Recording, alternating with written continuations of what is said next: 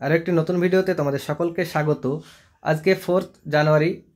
তোমরা সকলেই জানো আজকে এনআইএস ডিএলএড নিয়ে 11,765 রিক্রুটমেন্টে এনআইএস ডিএলএড থাকবে কি থাকবে না সেটা নিয়ে কিন্তু একটা শুনানি ছিল কলকাতা হাইকোর্টে। তো সেই শুনানিটা অবশ্যই হয়নি, কারণ বিচারপতি অভিজিৎ গঙ্গোপাধ্যায় মহাশয় কিন্তু আজকে কোর্টে বসেননি, সেই জন্যই কিন্তু শুনানিটা হয়নি। তো পরবর্তী শুনানির ডেট কবে, অবশ্যই আমরা ইতিমধ্যে ডেটটা পেয়ে গিয়েছি। তো তোমাদের মধ্যে ডেটটা শেয়ার করব, আর সেদিনকে ওটার সম্ভাবনা কতটুকু আছে সেটা নিয়ে একটু আলোচনা করব। তো চলো আমরা ডেটটা আগে জেনে নিই। আমি এখন কলকাতা হাইকোর্টের অফিসিয়াল ওয়েবসাইটে আছি। তো ওয়েবসাইট থেকে দেখাচ্ছি যে নেক্সট ডেটটা তোমরা দেখতে পাচ্ছ, নেক্সট হিয়ারিং ডেট 5 জানুয়ারি 2024, অর্থাৎ আগামীকাল।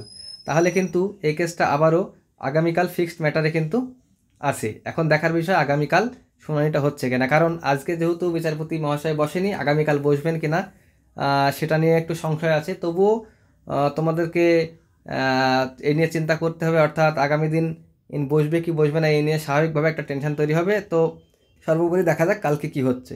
তো আজকের আপডেট এটুকুই ছিল। Thank you.